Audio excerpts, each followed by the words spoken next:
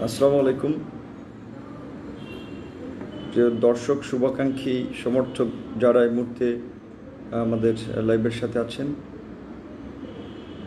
প্রত্যেককে শুভেচ্ছা জানাই, শুভ সন্ধ্যা।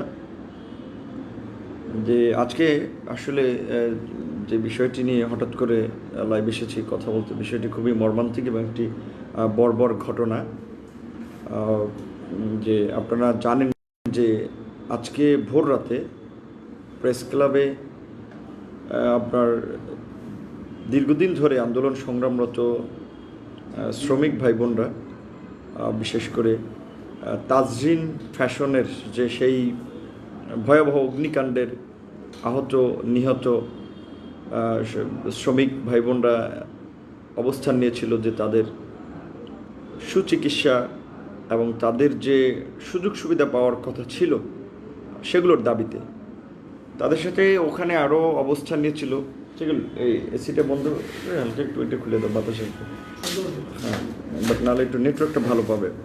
হ্যাঁ, তাদের সাথে অবস্থান নিয়েছিল এওয়ান বিডি সোয়েটার নামক একটি ফ্যাক্টরিরও, এওয়ান বিডি না, হ্যাঁ এওয়ান বিডি সোয়েটার ফ্যাক্টরিরও বেশ কিছু শ্রমিকরা।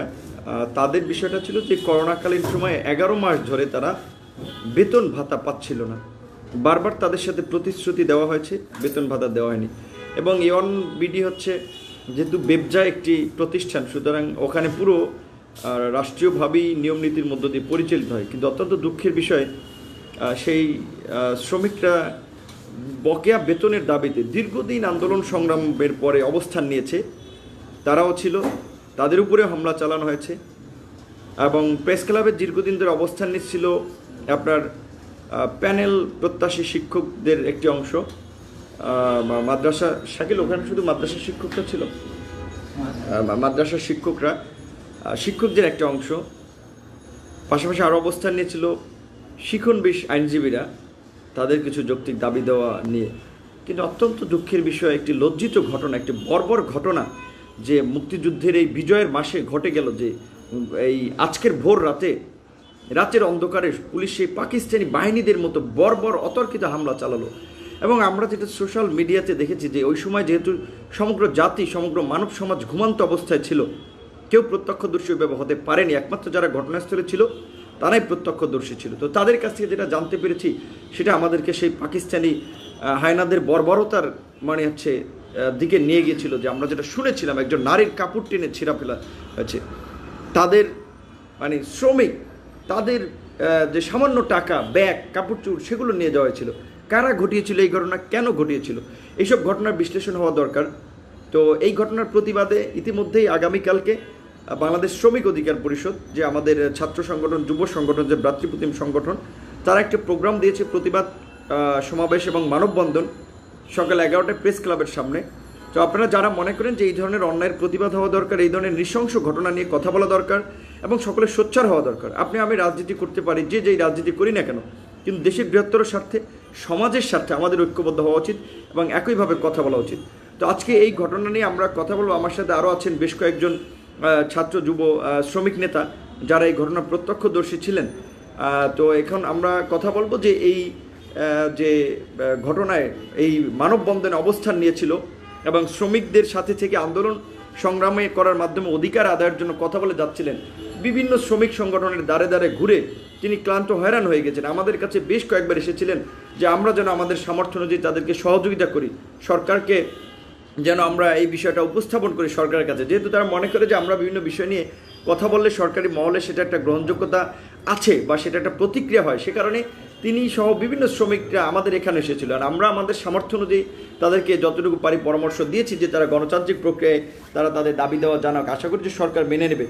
সেই আমাদের ভুক্তভোগী শ্রমিক নেতা আব্দুল কাদের ভাই, আমরা শুনবো যে আব্দুল কাদের ভাইয়ের সাথে।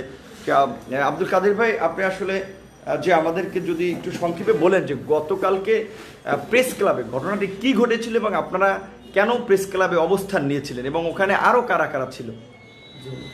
আসসালামু আলাইকুম, আমি আব্দুল কাদের, এওয়ান বিডি লিমিটেড কর্মরত আছে এখনো। যেহেতু আমার এখনো চাকরি কোনো দরখাস্ত লিখিত দেয় নাই, যে চাকরি নাই, অতএব এখন আমি ওখানে কর্মরত আছি আইন অনুযায়ী আর কি। আমরা গত 2 নভেম্বর যখন আমরা ইপিজেডের গেটে গেলাম, যে আমরা ওই ওই দিন আর কি ডেট ছিল ব্যবসা থেকে আমাদের একটা পাওনা দাওনা পরিশোধ করার জন্য। পরে ওনারা করলো কি, আমরা যখনই গেলাম ব্যবসার সামনে, ওনারা সিকিউরিটি দিয়ে আমাদের উপরে একটা মানে হামলা করলো। পরে আমাদের ওখানে 30-40 জনের মতো গুরুতর আহত হয়েছে। পরে মেডিকেলে আমরা নিলাম, নিয়ে ভর্তি টর্তি করে গণচাঁদা তুলে আমরা আমাদের ভাই বোনদের কাছেই তুলে আমরা চিকিৎসার ব্যবস্থা করছি। করার পরে যাই হোক, পরে আমরা 1 মাস বিরতি নেওয়ার পরে গত 1 ডিসেম্বর আমরা প্রেস ক্লাবে অবস্থান নেই যে আমাদের এই 11 মাসের যে পাওনা দিয়ে আছে এটা আমাদের যেন দেওয়া হয়। এই উদ্দেশ্যে আমরা আর কি প্রেস ক্লাবে অবস্থান করেছি। আমাদের অবস্থানটা ছিল এই যে আমরা এখানে বেতন না পাওয়া পর্যন্ত যাবো না। তারপরে আমাদের প্রশাসন ভাইরা ছিল, পুলিশরা ছিল, ওনারাও আমাদের অনেক আশ্বাস দিয়েছে যে না, আপনারা যৌক্তিক আন্দোলনে নেমেছেন, আপনার পাশে আমরা আছি, আপনাদের যদি কোনো অকাঙ্ক্ষিত কোনো ঘটনা হয় আমরা এটা প্রতিহত করব বা আপনাদের পাশে থাকবো আমরা। ওনারা খুব ভালো মুখে অনেক সুন্দর কথাই বললেন। আসলে যে অন্তরে এরকম ছিল যে গতকাল রাত 6 নভেম্বর ভোর 4:30 হয়তো 40 বাজে এরকম অনেক সময় আমরা আগে একটা ইঙ্গিত পেয়েছিলাম যে হয়তো আমাদের উপরে একটা হামলা আসতে পারে। এই জন্য আমরা শ্রমিক ভাই বোনেরা সবাইকে একটু সতর্ক থাকার জন্য আহ্বান জানিয়েছিলাম আমার পক্ষ থেকে বা আমাদের বড় ভাই বোনেরা যারা আছে, যে ভাই বোনেরা আপনারা একটু সতর্ক থাকেন, আমাদেরকে যে কোনো সময় একটা আতঙ্ক বা একটা হামলা হইতে পারে। আচ্ছা, কারা এই হামলা চালাইছে, কারা আপনারা কি চিনতে পারছেন? তাদের গায়ে কোনো পোশাক ছিল বা কিরকম, না পুলিশ না অন্য কারো, নাকি আপনারা কারা হামলা চালাইছে বলে আপনারা কি দেখতে পেয়েছেন ওই সময়? আসলে বলতে কি, 2 গাড়ি পুলিশ আসছে। এখন ওনারা আসলে পুলিশ নাকি পুলিশের পোশাক পরে সন্ত্রাসী বাহিনী আসছে, সেটাই আসলে এখন সরকারের কাছে আমি বিনীতভাবে অনুরোধ জানাচ্ছি যেন এটা খতিয়ে দেখা হয় এবং দৃষ্টান্তমূলক শাস্তির ব্যবস্থা করা হয়। আর ওখানে আসলে কি ধরনের মানুষ আহত ছিল? গুলি টুলি করছিল? মানে গুলি করে না, না গুলি করে নাই, আহত হয়েছিল, লাঠিচার্জ করছিল। লাঠিচার্জ করছিল কিরকম, আমি তো মনে করেন যুদ্ধ দেখি নাই। 25শে মার্চ 1971 সালে যে একটা 25শে মার্চ গেছে বলে অনেক ভয়াবহ, আমরা যা মানুষের মাধ্যমে শুনতে পারছি বা আমাদের মুরব্বীর কাছে শুনতে পারছি। কিন্তু আসলে ওই চিন্তা ভাবনা আজকে আমি সারাদিন মানে কিছু খেতেও ভালো লাগতেছে না আসলে। আচ্ছা, কয়েকজন বলছিল যে বিভিন্ন ভিডিওতে যে আপনাদের উপর নাকি গরম পানির মানে জল কামানের নিক্ষেপ করা হয়েছে। আমি বলতে চাইতেছি ওরকমই আর কি হামলা চলেছিল যে 25শে মার্চে যে আমাদের মানে যে আপনি যে পাকিস্তানি হানাদার বাহিনী যেমন আমাদের ঘুমন্ত বাঙালি জাতির উপরে তারা সেদিন একেবারে সশস্ত্র আক্রমণ চালিয়েছিল, ঠিক আপনাদের উপরে আমরা যেটা দেখতে পেরেছি যে ওইভাবে আপনারা একটা বর্বর হামলা চালানো হয়েছে। এবং আপনারা বলছেন যে 2টি গাড়ি, এটি কি পুলিশের গাড়ি ছিল? আপনারা দেখছেন পুলিশের গাড়ি ছিল? পুলিশের গাড়ি বলতে কি, আমরা তো এক সাইডে ছিলাম, আর এক সাইডে ছিল আমাদের তাজিম ফ্যাশনের আরেকজন শিক্ষকের একটা সমস্যার জন্য ওনারও আসছিল। 3 গ্রুপ শিক্ষকের ওই দিক থেকে আর শুরু করছিল। আমি মারছে কি শুধু আপনাদেরকে নাকি ওখানে যারা ছিল যে শিক্ষক সবাইকে? যাকেই পারে তাকেই মারছে। আর যে বললাম যে রাত 3টা বাজে ঘুমাইছি, ভরপুর ঘুমে আমি শুয়ে রয়েছি, যেহেতু আগে একটু ইঙ্গিত পেয়েছিলাম যে আমাদের উপরে হামলা হবে, তা সবাইকে বললাম যে একটু সতর্ক থাকেন, আমাদের উপরে যে কোনো সময় একটা হামলা আসতে পারে, হয়তো সন্ত্রাসী বাহিনী হইতে পারে, ছাত্রলীগের গুন্ডা হইতে পারে এবং পুলিশও হইতে পারে। সেটা আমাদের আসলে জানা ছিল না, কিন্তু হবে এরকম একটা ইঙ্গিত পেয়েছিলাম। না, আপনাদের আমি শুনতে পেলাম অনেকে বলছে যে পুলিশের পক্ষ থেকে আপনাদেরকে নাকি বলা হয়েছিল যে দেশের পরিস্থিতি এখন ভালো না, আপনাদেরকে উঠে যেতে হবে যেন কোনো অনাকাঙ্ক্ষিত পরিস্থিতি না ঘটে। এই বিষয়টা আমরাও মনে করি যে যদি পুলিশ মনে করতো যে আপনাদের কোনো অনাকাঙ্ক্ষিত পরিস্থিতি ঘটতে পারে, দেশের পরিস্থিতি ভালো না, পুলিশ চাইলে আপনাদের পাশে 2 গাড়ি পুলিশ অবস্থান নিয়ে থাকতে পারতো প্রেস ক্লাবে। কিন্তু সেইটা না করে এই যে রাতের অন্ধকারে একেবারে পাকিস্তানি হানাদার বাহিনীর মতো স্বাধীন দেশের পুলিশ বাহিনী বর্বর হামলা চালাবে, এটি খুবই ঘৃণ্য কাজ। এবং আপনার কথায় যেটা আমরা বুঝতে পারলাম বা আমরাও এখন পর্যন্ত আমি পেপার পত্রিকা অত ডিটেলস নিউজ পাইনি, আমি আজকে নানান কাজে ব্যস্ত ছিলাম যে সেখানে পুলিশ হামলা করেছিল না অন্য কেউ হামলা করেছিল। তো যারাই হামলা করুক আমরা আশা করি যে এই বর্তমান সরকার যারা মুক্তিযুদ্ধের কথা সবসময় বলে, এই বিজয়ের মাসে পাকিস্তানি হানাদার বাহিনীর মতো আমার দেশের জনগণের উপরে হামলা করবে, শ্রমিকদের উপরে, শিক্ষকদের উপরে, আইনজীবীদের উপরে, এটা মেনে নেওয়া যায় না। এবং ইতিমধ্যেই আমাদের শ্রমিক সংগঠন শ্রমিক অধিকার পরিষদের পক্ষ থেকে আগামীকালকে 11টায় প্রেস ক্লাবে একটি মানববন্ধন এবং বিক্ষোভ সমাবেশের ঘোষণা করা হয়েছে। আমরা আশা করি যে দলমত নির্বিশেষে সকল শ্রেণী পেশার মানুষ সেখানে জয়েন করবে এবং আমাদের প্রতিবাদ থেকে আমরা এই হামলার সাথে জড়িতদের বিরুদ্ধে ব্যবস্থা নেওয়ার কথা বলবো এবং এই যে শ্রমিকরা যারা অবস্থান নিয়েছিল তাদের দাবি দেওয়া মেনে নেওয়ারও কথা বলবো এবং এখনও তাদের দাবির প্রতি আমরা সংহতি জানাই। এটা আন্দোলন চলাকালীন সময় আমরা আমাদের জায়গা থেকে আমরা কথা বলেছিলাম।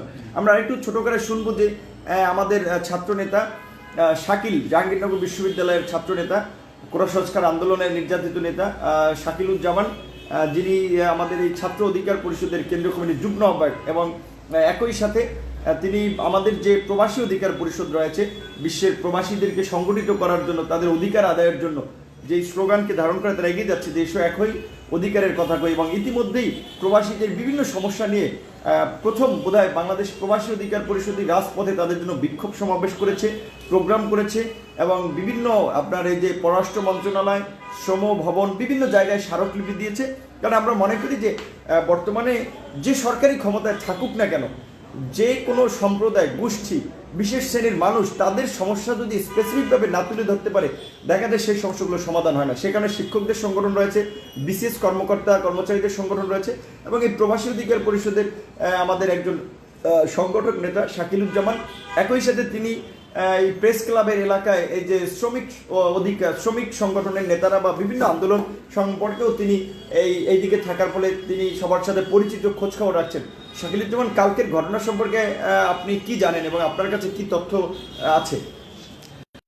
আজকে সকাল ৬টায় আমার নাম্বারে একটা কল আসলো জরিনা আপা, যিনি প্রেস ক্লাবে প্রায় 2 মাস ধরে জরিনা আপা তাজরিন ফ্যাশনের যে 2012 সালে ভুক্তভোগী, আমি পুরো বিশ্ব ব্যাখ্যাটা আপনাকে দিতেছি। আমি একটা প্রোগ্রামে গেছিলাম, আমার বক্তব্য শুনেছিলাম। এর আগে জরিনা আপা সংগঠকদের একজন এই জরিনা আপার আরেকটু পরিচয় দিয়ে রাখি। 2012 সালে যে তাজরিন ফ্যাশনে ভয়াবহ অগ্নিকাণ্ডে 117 জন গার্মেন্টস শ্রমিক মৃত্যুবরণ করে, নিহত হয়। সেই মৃত্যুর দুয়ার থেকে ফিরে আসা তাদের মধ্যে একজন, যারা বেঁচে আছে তাদের মধ্যে একজন হলে জরিনা আপা। আজকে সকাল 6টায় ফোন দিয়ে কান্না জড়িত কণ্ঠে বলল, ভাই আমাদের উপর পুলিশ পরিচিত হামলা করেছে এবং আমাদেরকে, মেয়েদের এবং আমাদের বয়স্ক যারা ছিল তাদের উপর লাঠি চার্জ করছে, জল কামান করেছে, তাদের গায়ে কাপড় ছিঁড়ে নেওয়া হয়েছে এবং তাদের যা ছিল ওই জায়গা থেকে তাদেরকে সরিয়ে দেওয়া হয়েছে। এবং এমনভাবে তিনি কণ্ঠে বলল 1912 সালে যে তাজরিন ফ্যাশনের ভয়াবহ অগ্নিকাণ্ড থেকে তিনি মৃত্যুর মুখ থেকে যেরকমভাবে ফিরে আসছিলেন, ঠিক গতকাল প্রেস ক্লাবে তাদের উপর যে বর্বরচিত হামলা হয়েছে, ঠিক ওই রকম একটা মৃত্যুর মুখ থেকে তিনি ফিরে এসেছেন। এরকমভাবে জর্জরিত কণ্ঠে কান্না করে ঠিক এই কথাগুলো বলতেছিল। আমরা বলতে চাই, এটা বিজয়ের মাস, স্বাধীনতার 49 বছর পরেও আমার শ্রমিক ভাই বোনেরা তাদের অধিকার আদায়ের জন্য প্রেস ক্লাবে অবস্থান কর্মসূচি করে, অথচ পুলিশ তাদেরকে প্রোটেক্ট করার কথা। পুলিশ প্রেস ক্লাবে কারা কারা ছিল? এখানে কি শ্রমিকরা নাকি অন্যান্য পেশার যে শিক্ষক, আইনজীবীদেরও নাকি ছিল, তারাও ছিল? আপনি মানে কি জানেন কারা কারা, কোন কোন সংগঠন ওখানে ছিল? এই জায়গায় তাজরিন ফ্যাশনের শ্রমিক এর ভাই বোনেরা ছিল, কিছু পেশাজীবী, আরো যে গার্মেন্টস ফ্যাক্টরির যে লোক আসলো তাদের দাবি দেওয়া নিয়ে তারা ওই জায়গায় ছিল। কিছু শিক্ষক ছিল, ইয়ং বিডি ছিল, কিছু শিক্ষক মহলেরও ছিল এবং তাদের উপরও বর্বরচিত এই জায়গায় হামলাগুলো করা হয়েছে। এটা খুবই একটা মানে আশ্চর্য বিষয়। এবং যারা যদি আপনার ওই ভিডিওগুলো দেখে থাকেন, জাগো নিউজের আমি ছোট্ট একটা ভিডিও দেখেছিলাম ফেসবুকে, আর অনেকগুলো ভিডিও দেখেছিলাম, এটা থেকে কোনো সুস্থ মানুষ আসলে মাথা ঠিক রাখতে পারে না। আমার বাপের বয়সী একজন মানুষ যে বলছে 22 বছর শিক্ষকতা করে, যে তারা খুব আক্ষেপ নিয়ে বলছিল, এখানে তো আমরা সরকার পতনের জন্য আসি নাই, আমরা তো কোনো রাজনৈতিক উদ্দেশ্য নিয়ে আসিনি, আমাদের যৌক্তিক দাবি দেওয়া আদায় করার জন্য বা সরকারের কাছে জানাতে এসেছি। এবং শিক্ষামন্ত্রীর সাথেও তাদের আলোচনা হয়েছে, তার মধ্যে এরকম বর্বর একটি হামলা এবং শিক্ষক সমাজের উপরে হামলা, এইটা জাতির উপরে হামলা আমি মনে করি। কারণ যখন আমাদেরকে বলা হয় যে education is the backbone of a nation, শিক্ষা জাতির মেরুদণ্ড, সেই মেরুদণ্ডকে ঠিক রাখার, পরিচর্যা করার, কিংবা যেটা বলতে সমাজ গড়ার কারিগর হচ্ছে শিক্ষক। এই বর্তমান সরকারের আমলে আমরা এর আগেও দেখেছি শহীদ মিনারে শিক্ষকদের উপরে হামলা হয়েছে। এটা খুব একটা ন্যাক্কারজনক ঘটনা এবং আমি এটা বিভিন্ন সময় বলেছি যে বর্তমান সরকার আসলে অগণতান্ত্রিকভাবে ক্ষমতায় থাকার ফলে যেটা বলে তাদের মন থেকে দয়া, মায়া, মহব্বত সব উঠে গেছে। কারণ তারা এখন শুধুমাত্র বুঝে ক্ষমতায় কিভাবে থাকতে হবে। এজন্যই হচ্ছে ক্ষমতায় থাকার জন্য যখনই যা প্রয়োজন তারা সেটা করে। কখনো আলেমুলামাদের উপরে গণহত্যা চালানো, কখনো শিক্ষকদের উপরে নির্বিচারে হামলা চালানো, কখনো আলেমুলামাদেরকে ট্যাগ দেওয়া, কখনো ছাত্রদের উপরে নির্বিচারে হামলা চালানো। যে হামলা আমাদের ডাকসু ভবনে আমাদের হামলা চালিয়েছিল, আলেম ওলামাদের উপরে 5ই মে হেফাজতের নেতাকর্মীদেরকে নির্বিচারে হত্যা করেছে আমরা দেখেছি, এবং এখন আলেম ওলামাদেরকে যেভাবে কটূক্তি করছে সরকারি দলের নেতাকর্মীরা, যেভাবে তাদেরকে নিয়ে নানা ধরনের অপপ্রচার করছে, প্রোপাগান্ডা ছড়াচ্ছে, এটা খুবই একটা দুঃখজনক ঘটনা। এবং দুঃখজনক ঘটনা, এটা সত্য যে সরকার ক্ষমতায় থাকার জন্য দেশে একটা বিভাজনের রাজনীতি তারা চালু করছে, প্রোপাগান্ডা ছড়াচ্ছে, এবং যখনই কোনো গণতান্ত্রিক আন্দোলন সংগ্রাম গড়ে ওঠে, যে কোনো সম্প্রদায়, সেটা হোক শিক্ষক, সাংবাদিক, তারা যখন আন্দোলন সংগ্রাম করে, তাদের দাবিগুলো তুলে ধরে, সরকার একটা আতঙ্কে থাকে যে এই বুঝি তাদের গদি নড়বড়ে হতে শুরু করলো, এই বুঝি তাদের গদিতে কারা যেন আগুন দেওয়া শুরু করলো। এই আতঙ্ক থেকে তারা সবসময় গণ আন্দোলনকে ভয় পায় এবং দমন পীড়ন করে, যেটা আমাদের অতীত অভিজ্ঞতা থেকে। তো আমরা এই পর্যায়ে কথা বলবো আমাদের একজন যুব নেতা ইসমাইল ভাই, যিনি প্রেস ক্লাব এলাকায় তার আনাগোনা আছে, এবং এই দিকে থাকার ফলে ঢাকা শহরের বিভিন্ন আন্দোলন সংগ্রামেও তার একটা অভিজ্ঞতা রয়েছে। তো আপনি ইসমাইল ভাই, প্রেস ক্লাবে তো আমরা দেখি যে বিভিন্ন দল মত নির্বিশেষে মানুষ তাদের প্রতিবাদ জানায়, তারা আন্দোলন সংগ্রাম করে, সরকারের কাছে দাবি দেওয়া জানায়। এইখানে তো হামলা টামলা এইভাবে খুব কম হয়। তো কালকের ঘটনাটাকে আসলে আপনি কিভাবে দেখছেন? জি, ধন্যবাদ জনাব নূর। আসলে একটি রাষ্ট্রের বা যেভাবে হোক আমাদের বর্তমান যে রাষ্ট্র পরিচালনায় যারা রয়েছেন, তাদের সাধারণত দায়িত্ব হচ্ছে মানুষের মৌলিক অধিকার, বস্ত্র, ভাত, কাপড়, বাসস্থান, যে মৌলিক যে শিক্ষা, বস্ত্র, বাসস্থান, চিকিৎসা, যে শিক্ষা, বস্ত্র, বাসস্থান, চিকিৎসার যে মতো যে মৌলিক অধিকারগুলো রয়েছে। আমরা জানি 2012 সালে তাজরিন ফ্যাশনে যে ভয়াবহ অগ্নিকাণ্ড ঘটেছে, সে অগ্নিকাণ্ডের মাধ্যমে 117 জন মানুষের জীবনহানি হয়েছে, 200 মানুষের অঙ্গহানি হয়েছে। আমরা যুব পরিষদ ঢাকা মহানগরী দক্ষিণ থেকে তাদের এই প্রোগ্রামে সংহতি জানিয়েছি। আমরা সরকারের কাছে বিভিন্নভাবে জানিয়েছিলাম যে এই যে মানুষগুলো যারা রাষ্ট্র বিনির্মাণে যাদের ভূমিকা ছিল, যাদের মাধ্যমে ডলার এসেছে এই দেশকে বিনির্মাণের ক্ষেত্রে যাদের ভূমিকা আছে, রাষ্ট্র যদি কিছু করতে না পারে, অ্যাটলিস্ট একটি রাষ্ট্র কতটুকু অসহিষ্ণু হলে, কতটুকু হিংস্র হলে, যে স্বাধীনতার এই সময়ে, স্বাধীনতার 50 বছরের কাছাকাছি আমরা উদযাপনের কাছাকাছি মুজিব বর্ষ নামে যেই পরিমাণ অর্থ অপচয় হচ্ছে বাংলাদেশে, তার কিছু অংশ এই মানুষগুলোকে সরকার যদি নাও দেয়, তাদের কথা শোনার মতো যে মানসিকতা নাই, এমন একটি সরকারের ব্যাপারে আমি অন্তরস্থল থেকে এবং দৃঢ়তার সাথে এই সরকারি অপকর্মের নিন্দা জানাচ্ছি। এবং আগামীকালকে আমাদের ব্যক্তিপ্রতিনিধি সংগঠন, যুব পরিষদ, শ্রমিক পরিষদ সহ যারা রয়েছে, আমি আশা করব যে আমাদের এই নিরীহ যে মানুষগুলোর যাওয়ার কোনো জায়গা নেই। দেখুন, কোনো মানুষ নিপীড়িত হলে, বিএনপির কেউ হলে, বিএনপির মানুষ কিন্তু তার পাশে দাঁড়ায়। ধরুন, আওয়ামী লীগের কেউ যদি নির্যাতিত হয় কিংবা তার অধিকার থেকে বঞ্চিত হয়, তার পাশে কিন্তু আওয়ামী লীগের মানুষ দাঁড়ায়। অত্যন্ত দুঃখজনক ব্যাপার হচ্ছে, প্রেস ক্লাবে যে মানুষগুলো মাসের পর মাস মৌলিক অধিকারের জন্য, দুমুঠো ভাতের জন্য, যাদের জীবন, যাদের সংসার, যাদের সব কিছু আজকে দুর্বিষহ, সেক্ষেত্রে তারা সরকারের কাছে একটি অহিংস অবস্থান কর্মসূচির মাধ্যমে তারা আবেদন জানিয়েছিল। সরকার যদি তাদের সে আবেদনে সাড়া না দেয়, সরকার এটি করতে পারে কিনা আজকে দেশবাসীর কাছে প্রশ্ন হচ্ছে। যে নির্বিচারে রাতের আধারে, যেখানে এই সরকারের অভিজ্ঞতা আপনারা জানেন যে শাপলা চত্বর থেকে শুরু করে শিক্ষকদের উপর আক্রমণ থেকে শুরু করে সকল গণতন্ত্র যৌক্তিক, সরকার যেটাকে মনে করছে মানুষের হৃদয় স্পর্শ করবে, যে দাবি সরকার মনে করছে যে মানুষের, সরকারের বিরুদ্ধে মানুষের গ্রাউন্ড তৈরি করবে, সরকার সেখানে অত্যন্ত নির্লজ্জ এবং অত্যন্ত ঘৃণ্য এবং যেই ধরনের রূপ ধারণ করা দরকার, সরকার সেই রূপটাই আজকে ভোর 4টায় ধারণ করেছে।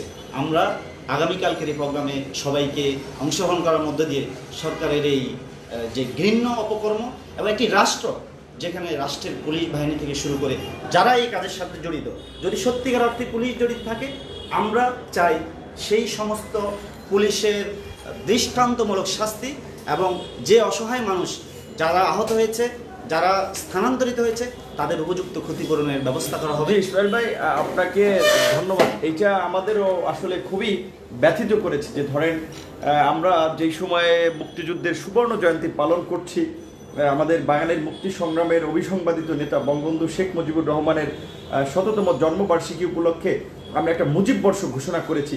তো এইরকম জাতির একটা গুরুত্বপূর্ণ সময়ে, যেখানে মুক্তিযুদ্ধের সুবর্ণ জয়ন্তী আমরা পালন করতে যাব, সেই সময়ে আমাদের দেশের শ্রমিকরা বেতনের জন্য প্রেস ক্লাবে তারা দাঁড়ায় শিক্ষকরা তাদের মানে হচ্ছে আপনার বেতনের জন্য কিংবা সুবিধা বঞ্চিত শিক্ষকরা, আমি বলবো যে কারণ তারা রাষ্ট্রীয় সুযোগ সুবিধা পাচ্ছে না, তারা প্রেস ক্লাবে দাঁড়ায়। এবং এই রাষ্ট্র, স্বাধীন রাষ্ট্র, তার জনগণের উপরে, তার নাগরিকদের উপরে, তার শিক্ষক সমাজের উপরে, তার শ্রমিক সমাজের উপরে পাকিস্তানি হায়নাদের মতো আক্রমণ করে। কাজী এই ক্ষেত্রে আমরা বলতে হবে যে এই রাষ্ট্র যারা আজকে চালাচ্ছে তারা অকৃতজ্ঞ। তারা আজকে, আমি বলবো যে স্বাধীন দেশে থেকেও তারা পাকিস্তানি মানসিকতার পরিচয় দিচ্ছে, যে যেই জন্য আমরা পাকিস্তানি আনাদারদের বিরুদ্ধে যুদ্ধ করেছিলাম একটি বৈষম্যহীন একটি গণতান্ত্রিক সমাজ ব্যবস্থা বিনির্মাণ করার জন্য এবং মানুষের অধিকার আদায়ের জন্য। পাকিস্তানিদের সাথে আমাদের অন্যতম বিরোধ কিংবা আপনার মৌলিক পার্থক্যের জায়গাটা ছিল যে তারা আমাদের দেশের জনগণের উপরে নির্যাতন, নিপীড়ন, দমন পীড়ন চালাচ্ছিল, তাদেরকে অধিকার থেকে বঞ্চিত করছিল। সেই জায়গা থেকে আজকে এখন আমাদেরকে অধিকার নিয়ে কাজ করতে হয়। এখন মানুষ ভোট দিতে পারে না, আদালতে গিয়ে বিচার পায় না, শিক্ষক সমাজকে তার বেতনের জন্য, জীবন জীবিকা চালানোর জন্য রাস্তায় নামতে হয়, গার্মেন্টস শ্রমিকদেরকে রাস্তায় নামতে হয়, হোটেল শ্রমিক কিংবা অন্যান্য শ্রমিকদেরকে আন্দোলন করতে হয়। কাজী এই যে দেশের একটা ভয়াবহ অধপতন 50 বছরেও, যেখানে আমাদের এই সমসাময়িক যেসব রাষ্ট্র স্বাধীন হয়েছে তারা আজকে বিশ্বের বুকে মাথা উঁচু করে একটা উন্নয়নশীল রাষ্ট্র হিসেবে তারা পরিচিতি পাচ্ছে, সেই জায়গা থেকে আমরা আজকে মানে হচ্ছে আমাদেরকে শ্রমিকদের ন্যূনতম মজুরি কিংবা শিক্ষকদের বেতন কিংবা ছাত্রদের শিক্ষাঙ্গনগুলোতে শিক্ষার একটা সুষ্ঠু পরিবেশের জন্য আজকে লড়াই সংগ্রাম করতে হচ্ছে। কাজী আমরা একাধিক আলোচনায় বিভিন্ন সময় আমরা তুলে ধরেছি যে আমরা স্বাধীনতার মাধ্যমে 71 সালে একটা ভূখণ্ড পেয়েছি, একটা জমি পেয়েছি, একটা স্বাধীন সার্বভৌম দেশ পেয়েছি, কিন্তু সেই দেশটাকে কিভাবে গড়তে হবে, সেই দেশে কিভাবে সুশাসন নিশ্চিত করতে হবে, কিভাবে আইনের শাসন নিশ্চিত করতে হবে, সেই দেশের শিক্ষা ব্যবস্থা কি হবে, সেই দেশের উন্নয়ন পলিসি কি হবে, সেই দেশের আন্তর্জাতিক সম্পর্ক কি হবে, প্রতিবেশীদের সাথে সম্পর্ক কি হবে, সেটি আমরা এখন পর্যন্ত আমি মনে করি যে নির্ধারণ করতে পারিনি। যে কারণেই আজকে এখনও বাংলাদেশকে বিদেশি রাষ্ট্রগুলো পুতুল বানিয়ে রাখতে চায়, সীমান্তে আমাদের দেশের মানুষের উপর নির্বিচারে গুলি চালায়, আমরা প্রতিবাদ করতে পারি না। আমাদের শ্রমিকরা আজকে রাস্তায় নামলেও তাদের বেতন ভাতা না দিয়ে বরঞ্চ আমরা তাদের উপরে গুলি চালাই, আমরা রাতের অন্ধকারে ঘুমন্ত মানুষের উপরে মামলা চালাই। তো এই পর্যায়ে এই সার্বিক বিষয়গুলো নিয়ে, দেশের এই প্রেক্ষাপট নিয়ে আমরা এই পর্যায়ে জানতে চাবো ঢাকা বিশ্ববিদ্যালয়ের বিজনেস স্টাডিজ বিভাগের মেধাবী শিক্ষার্থী এবং ছাত্র অধিকার পরিষদের কেন্দ্র করে যুগ্ম আহ্বায়ক এবং এই ছাত্র অধিকার পরিষদ আজকে এই জায়গায় এসেছে যেই সূচনার জায়গা থেকে ছাত্র সমাজের দীর্ঘদিনের প্রাণের দাবি সেই কোটা সংস্কার আন্দোলন, যেই আন্দোলন আমি মনে করি দলমত নির্বিশেষে সকল ছাত্রদের আন্দোলন ছিল, শুধুমাত্র আমাদের আন্দোলন নয়, সকল ছাত্রদের আন্দোলন আমরা নেতৃত্ব দিয়েছি।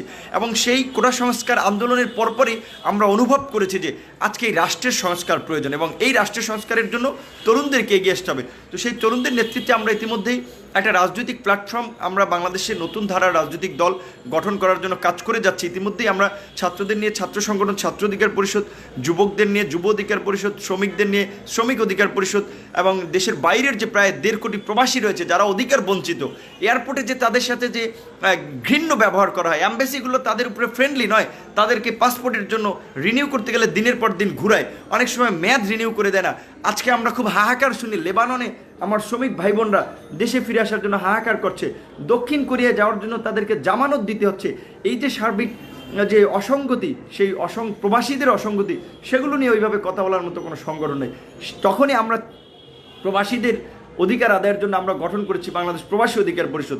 তো এইভাবে আমাদের যে তরুণদের সংগঠন এগিয়ে যাচ্ছে এবং খুব শীঘ্রই বিভিন্ন শ্রেণী পেশার মানুষ, শিক্ষক, সাংবাদিক, তাদেরকে নিয়ে আমরা একটা সংগঠন করব, যেটা গণমানুষের সংগঠন, গণ অধিকার পরিষদ। তারপরে আমাদের রাজনৈতিক দলের আমরা আনুষ্ঠানিকভাবে প্ল্যাটফর্ম ঘোষণা করবো। অর্থাৎ আমরা নিচ থেকে উপরের দিকে যাচ্ছি, উপর থেকে আমরা আসিনি একটা রাজনৈতিক দল করলাম, বিভিন্ন প্রভাবশালী ব্যক্তিবর্গ, তারপরে ছাত্র যুব শ্রমিক গঠন করলাম, নো, আমরা নিচ থেকে উঠেছি। তো এই সার্বিক বিষয় নিয়ে আমরা মূল্যায়ন শুনবো ঢাকা বিশ্ববিদ্যালয়ের ছাত্র, শিক্ষার্থী এবং ছাত্রনেতা সাদ্দাম হোসেনের কাছ থেকে, যিনিও একজন নির্যাতিত ছাত্রনেতা। কোটা সংস্কার আন্দোলনে ছাত্রলীগের গুন্ডারা তার মোটরসাইকেলটি ভেঙে তারকে নির্মমভাবে নির্যাতন করেছিল। তো সাদ্দাম হোসেন এই কোটা সংস্কার আন্দোলন, ডাকসু হামলা, আমাদের সাথে যে নির্যাতন নিপীড়ন, এগুলো সারা দেশের মানুষ দেখেছে। তো আমি জাস্ট ঢাকা বিশ্ববিদ্যালয়ের শিক্ষার্থী হিসেবে আপনার কাছে মূল্যায়ন জানতে, গতকালকে না, আজকে ভোর রাতে এই যে আপনার প্রেস ক্লাবে আপনার ছিল শিক্ষকরা, আপনার ছিল আইনজীবীরা, শিক্ষণ বিষয় আইনজীবী সনদের জন্য, ছিল শ্রমিকরা, তাদের উপরে যে নির্বিচারে হামলা চালালো,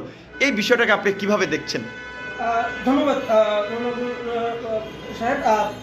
আমাদের মাঝে উপস্থিত আছে নির্যাতিত আমাদের এক শ্রমিক নেতা, আমাদের কাদের ভাই। তার পাশাপাশি বসে আমি অত্যন্ত গর্বের সাথে তার পাশে বসে আমি খুব গর্ব অনুভব করছি। আপনি দেখে থাকবেন 1971 সালে 25শে মার্চ আইয়ুব খানের সরকার আমাদের ঘুমন্ত বাঙালির উপর যেই স্টাইলে হামলা চালিয়েছিল নির্বিচারে, একেবারে ঘুমন্ত অবস্থায়, কেন জানি মনে হচ্ছে সেই ঘটনারই একটা পুনরাবৃত্তি ঘটলো আজকে ভোর রাতে। আমাদের শ্রমিক ভাই যারা অত্যন্ত ন্যায়সঙ্গত দাবি নিয়ে প্রেস ক্লাবে অবস্থান কর্মসূচি পালন করছিলেন, ওই অবস্থায় তাদের উপর সরকার একেবারে অতর্কিতভাবে পূর্ব থেকে না জানিয়ে, কোনো ওয়ার্নিং না দিয়ে অতর্কিতভাবে তাদের উপর আক্রমণ করে এবং তাদেরকে হচ্ছে ওইখান থেকে খুবই নির্যাতন নিপীড়ন করে উচ্ছেদ করে। এবং আপনি দেখে থাকবেন কি মানে নৃশংস কায়দায় তাদেরকে উচ্ছেদ করে। আপনি দেখে থাকবেন আমাদের বাংলাদেশের সরকার বলে থাকে আমাদের জিডিপি এত প্রত্যেক বছর এত বাড়ছে, 7% 8% করে জিডিপি প্রবৃদ্ধির হার দেখায়। সরকার আমাদেরকে বলে আমাদের পার ক্যাপিটা ইনকাম $1200 থেকে $1900 হয়ে গেছে, $2000 হয়ে গেছে। কিন্তু আপনি দেখে থাকবেন আমাদের শ্রমিকের অবস্থা কি। আপনি গত 3 তারিখ ডেইলি স্টারে প্রকাশিত একটা নিউজ দেখেন, গত 3 তারিখ ডেইলি স্টারের বিজনেস পোর্শনে একটা নিউজ আমি দেখলাম, সেখানে হচ্ছে প্রকাশিত হলো যে পুরো এশিয়ার মধ্যে আমাদের দেশের শ্রমিকদের রিয়েল ওয়েজ হচ্ছে গত 10 বছরে 6% ডিক্রিজ করেছে। দ্যাট মিনস রিয়েল ওয়েজটা আসলে কি, মানে অর্থাৎ প্রকৃত মজুরিটা আমরা কীভাবে পাই? যেই মজুরিটা শ্রমিকদেরকে দেওয়া হয়, সেই মজুরির যে প্রবৃদ্ধি বছরকে বছর যে প্রবৃদ্ধি হয় বা বৃদ্ধি হয়, সেই বৃদ্ধি থেকে আমরা যদি ইনফ্লেশন রেট বা মুদ্রাস্ফীতিকে বাদ দিই, মুদ্রাস্ফীতিকে বাদ দিলে যেই হারটা পাই সেটা হচ্ছে রিয়েল ওয়েজ বা প্রকৃত মজুরি। অত্যন্ত দুঃখের সাথে এবং অত্যন্ত উদ্বেগের সাথে আমি লক্ষ্য করলাম যে গত 3 তারিখের ওই নিউজে যে গত 10 বছরে আমাদের শ্রমিকদের এই মজুরির পরিমাণ 6% হ্রাস পাইছে, যা পুরো এশিয়ার মধ্যে সবচেয়ে লোয়েস্ট, সবচেয়ে খারাপ অবস্থা। আমাদের ধারে কাছে অন্য কোনো দেশের অবস্থা নাই যে দেশের শ্রমিকদের মজুরি হ্রাস পেয়েছে। প্রত্যেক দেশের মজুরি বৃদ্ধি পায়, আমাদের আশেপাশে সবগুলো প্রতিবেশী দেশের। সন্ধ্যাবাসী আপনার এই কথার সাথে আমি একটু অ্যাড করতে চাই যে আসলে আপনি যেটা বলছিলেন যে শ্রমিকদের মজুরি কমছে এবং বাংলাদেশেই বোধহয় পৃথিবীর মধ্যে সবচেয়ে লোয়েস্ট মানে অর্থে শ্রমিক পাওয়া যায় এবং শ্রমবাজারটা সবচেয়ে কম। অথচ আমাদের দেশের রেমিটেন্সের কথা বলি, প্রবাসী আয়ের কথা বলি, রপ্তানি আয়ের কথা বলি, এই শ্রমিকরাই কিন্তু তার অন্যতম কারিগর। কিন্তু অত্যন্ত দুঃখের বিষয় যে সেই শ্রমিকদেরকে ওইভাবে মূল্যায়ন করা হয় নাই। তাদের একটা ন্যূনতম মজুরি বেতন কাঠামো এখন পর্যন্ত এই দেশ দিতে পারেনি। এবং আরেকটি কথা, যে প্রবাসী শ্রমিকরা আপনি জেনে থাকবেন, এই কিছুদিন আগে ইরাকে আমাদের একজন শ্রমিক তিনি মারা গেলেন। যে কারণেই মারা যাক, আমাদের সরকার মানে এতটা দায়িত্ব জ্ঞানহীন যে আমাদের শ্রমিক ওইখানে মরে পড়ে আছে, শ্রমিকের লাশটা যে দেশে এনে দাফন করবে সেই ব্যবস্থাটুকু পর্যন্ত আমাদের সরকার নেয় নাই। পরবর্তীতে আমাদের শ্রমিক অধিকার পরিষদের সাহায্যে আমরা সেখানে ইতিমধ্যে আপনি জানেন যে আমরা তার লাশ দাফনের ব্যবস্থা। এটা একটা অমানবিক ঘটনা যে শুধুমাত্র ইরাকে নয়, পৃথিবীর বিভিন্ন দেশে রয়েছে যে বাংলাদেশিরা মর্গে পড়ে রয়েছে, সেই লাশটা আনার জন্য আপনার কার্যকর পদক্ষেপ এমবেসিগুলো নেয় না। এরকম একটা অভিযোগ আমি সৌদি থেকে পেয়েছিলাম এবং আসলে আমার জায়গাতে আমি যতটুকু চেষ্টা করেছিলাম। তারপরে আপনি ইরাকের ঘটনা বললেনই, লেবাননে এরকম একটা ঘটনা ঘটছে, ডাস্টবিনে একজন শ্রমিকের লাশ পাওয়া গিয়েছে। তো আমি জানি না যে আসলে যে এমবেসিতে দূতাবাসে এতগুলো কর্মকর্তা কর্মচারী, তাদের পেছনে হাজার হাজার কোটি টাকা ব্যয় করা হয়, আসলে তারা তাহলে কী করছে? যে তারা শুধু সুটেড বুটেড হয়ে যারা যায় তাদের জন্যই কাজ করছে এবং তাদেরকে মূল্যায়ন করছে নাকি শ্রমিকদের জন্য কিছু করছে, যেই শ্রমিকরাই দেশের অর্থনীতিকে চাঙ্গা রাখছে? এবং আপনি একটা কথা বললেন যে আসলে যে আপনি যে অনুপাত দেখালেন, ডেইলি স্টার রেফারেন্স দিয়ে বললেন, এটা হচ্ছে আমাদের জন্য এক হিসেবে বলতে যে হাস্যকর ঘটনা একটা, এবং বলতে গেলে যে উদ্বেগের ঘটনা যে আমাদের দেশের মানুষকে সস্তা কিছু আইওএস দেখানো হয়। যেমন দেখেন আপনি পদ্মা সেতু আপনার একটা স্প্যান বসছে, সেগুলো টিভি মিডিয়া পত্রিকায় হেডলাইন হয়, ফোকাস করে দেখায়, সেগুলো টক শো হয়, একটা স্প্যান বসে, আর বছরে প্রায় 1 লক্ষ কোটি টাকা পাচার হয়। হিসাবে 65,000 কোটি টাকা আমরা কিছুদিন আগে একটা সংবাদপত্রে দেখলাম, বাট টোটাল হিসেব করলে দেখা যাবে 1 লক্ষ কোটি টাকা। তো 65,000 কোটি টাকা দিয়ে 2টা পদ্মা সেতু প্রতি বছর বানানো যায়, সেইগুলো নিয়ে আমাদের আলোচনা নাই, টকশো নাই, পেপার পত্রিকায় লেখা নাই, কিন্তু পদ্মা সেতুর স্প্যান নিয়ে আলোচনা। তো এই ধরনের তো নানান অসঙ্গতি আছে। যে ধরেন যখন আমরা দেখেছি যে আপনি কোটা সংস্কার আন্দোলন করেছেন, যে যখন আমরা সারা দেশের ছাত্ররা আন্দোলন করলাম, আমাদের আন্দোলনের দাবির মুখে প্রধানমন্ত্রী মেনে নিলেন যে কোটাই থাকবে না, কিন্তু সেই প্রধানমন্ত্রীর সেই আশ্বাসে যখন আমরা ছাত্ররা বিশ্বাস রেখেছিলাম, আস্থা রেখেছিলাম, ভরসা রেখেছিলাম যে একটা দেশের প্রধানমন্ত্রী পার্লামেন্টে দাঁড়িয়ে কথা বলে, যে পার্লামেন্টকে পবিত্র একটা জায়গা যেখান থেকে জাতির সমস্ত কর্মকাণ্ড পরিচালিত হয়, সেখানে তিনি কমিটমেন্ট করেছেন এই সমগ্র জাতির সামনে। আমরা যখন তার কথায় আন্দোলন স্থগিত করলাম, কিন্তু আমরা দেখলাম যে তিনি আমাদের কথা রাখলেন না। এখন সেই ঐতিহাসিকভাবে সেই প্রধানমন্ত্রীর পিতা ও আমাদের নেতা বঙ্গবন্ধুর ভাষায় বলতে হয় যে তিনি আমার কথা রাখলেন না, তিনি রাখলেন ভুট্টো সাহেবের কথা।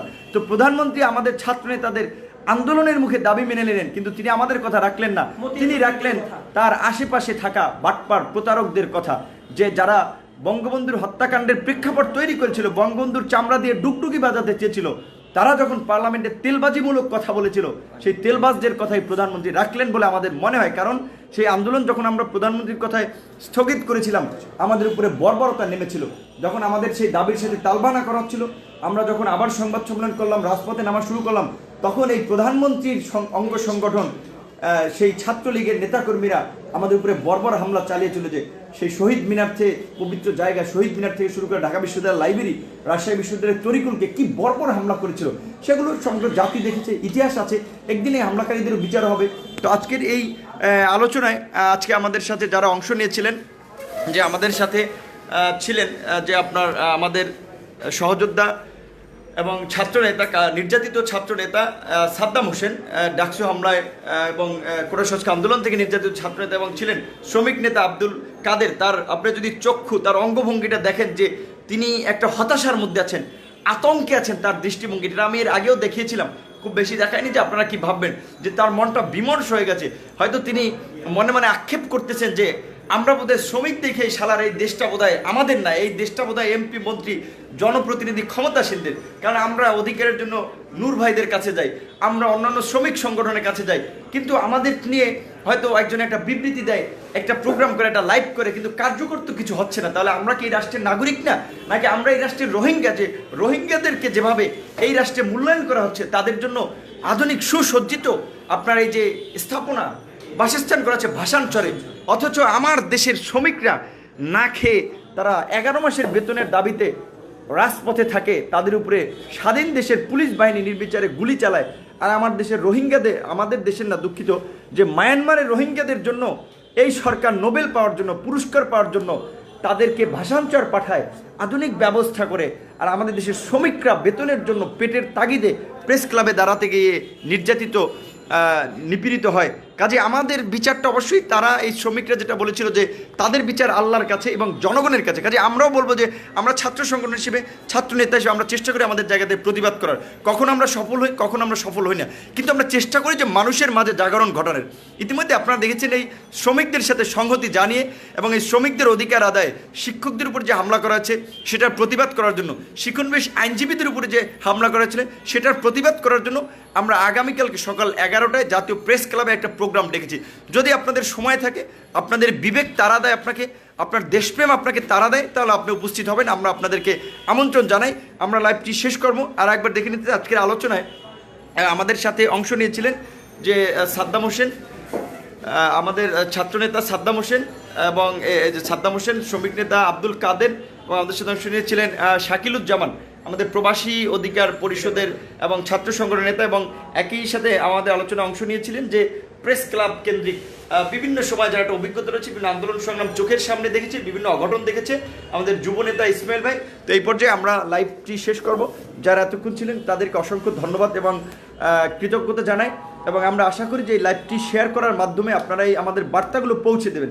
এখানে আমি কথা বলেছি, সাদ্দাম হোসেন তার জায়গা থেকে কথা বলেছে, শ্রমিক নেতা আব্দুল কাদের তার দুঃখ কষ্টটা শেয়ার করেছে, শাকিলুজ্জামান যেটুকু শুনেছে সেইটুকু বলেছে, ইসমাইল ভাইয়ের একটা অবজারভেশন দিয়েছে। কাজেই আমরা চাই যে প্রত্যেক মানুষের মধ্যে একটা জাগরণ ঘটুক, একটা সচেতন ঘটুক। কারণ একটা কথা আছে বা প্রবাদ আছে যে আসলে সমাজে আপনার খারাপ মানুষের কারণে সমাজ অধপতন হয় না, সমাজ ধ্বংস হয় না, বরং ভালো মানুষের নীরবতাই হচ্ছে সমাজ ধ্বংসের পথে ধাবিত হয়। কারণ আপনার সামনে যখন একটা মেয়েকে উত্ত্যক্ত করে, যখন একজন নারীকে অপমান করে, আপনি দেখে যদি সেটা চেপে যান, তাহলে যে অপমান করছে সে আরও অনুপ্রাণিত হবে, তাকে দেখে অন্যরা এইরকম ঘৃণ্য কাজে যুক্ত হবে।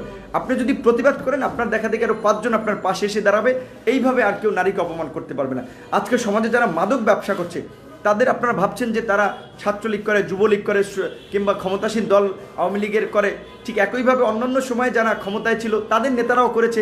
সেই কারণে আপনারা মনে করেন তারা ক্ষমতাশালী, তাদের বিরুদ্ধে প্রতিবাদ করতে পারছেন না, পুলিশ তাদের পক্ষে, প্রশাসন তাদের পক্ষে। কিন্তু যদি আপনি দাঁড়িয়ে যেতেন, হ্যাঁ হয়তো আপনি নির্যাতিত হতে পারতেন, আবার সফল হতে পারতেন, এবং নির্যাতন হওয়াটাও একটা সফলতা। আজকে আমরা এই যে ছাত্র নেতারা, আমরা আজকে যারা বাংলাদেশে যে বর্তমানে এই সংঘাত সহিংসতা বিপরীতে একটা সম্প্রীতির রাজনীতির কথা বলছি, স্বৈরতান্ত্রিক পরিবারতান্ত্রিক রাজনীতির বিপরীতে যে একটা গণতন্ত্রের কথা বলছি, এই ছাত্র নেতারা তো কম নির্যাতন নিপীড়ন সহ্য করি নেই, কম নির্যাতিত নিপীড়িত হয়নি।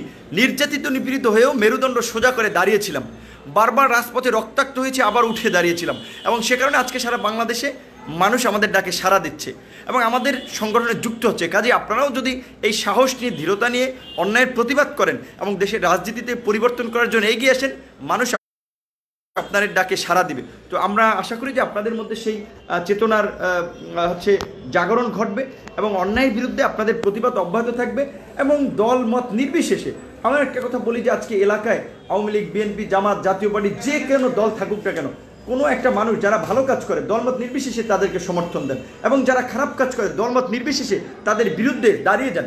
সেই ক্ষেত্রে আপনার যদি মনে হয় যে আমরা বড় বড় কথা বলি, লাইভে কথা বলি, আমাদেরও কাজগুলো ভালো না, আমরাও খারাপ কাজ করি, প্রয়োজন আমাদের বিরুদ্ধে সমালোচনা করেন, সেটা আমাদের কোনো আপনাদের প্রতি এই অনুরোধ করবো না যে আপনারা আমাদেরকে শুধু ভালোই বাসেন। আমরা বলি আপনারা আমাদের ভুলগুলো আপনারা সমালোচনা করে আপনারা চোখে আঙ্গুল দিয়ে দেখিয়ে দিতে পারেন, আমাদের ভালো কাজগুলোকে মানুষের সামনে উপস্থাপন করতে পারেন। সর্বোপরি এই যে তরুণদের নেতৃত্বে বাংলাদেশের যে নতুন রাষ্ট্র ব্যবস্থা বিনির্মাণের জন্য, সাংবিধানিক সংস্কারের জন্য, রাজনৈতিক সংস্কারের জন্য আমরা মনে করি যে এই মুহূর্তে একটা নতুন ধারা রাজনীতির প্রয়োজন, এবং সেই রাজনীতির স্বার্থেই আজকের তরুণ প্রজন্ম কাজ করছে। সেজন্য আমরা আপনাদেরকে আহ্বান জানাই যে দেশ গঠনে অংশ নিন, ছাত্র, যুব, শ্রমিক, প্রবাসী অধিকার, গণ অধিকার পরিষদে যোগ দিন। ইতিমধ্যে আপনারা দেখছেন সারা বাংলাদেশে আমাদের কার্যক্রম চলছে। সেক্ষেত্রে যে যে জেলায়, উপজেলায় কাজ করতে চান, সেই উপজেলার আপনারা আমাদের নেতাদের সাথে যুক্ত হতে পারেন বা যোগাযোগ করতে পারেন। আশা করি যোগাযোগ করলে আপনি প্রপার মাধ্যম পেয়ে যাবেন। এছাড়া দেশের বাইরের যারা প্রবাসী আছেন, তারা দেশ প্রেমের উদ্বুদ্ধ হয়ে প্রবাসীদের অধিকার আদায়ের জন্য আপনারা প্রবাসী অধিকার পরিষদেও যুক্ত হতে পারেন। সকলে ভালো থাকবেন, সুস্থ থাকবেন।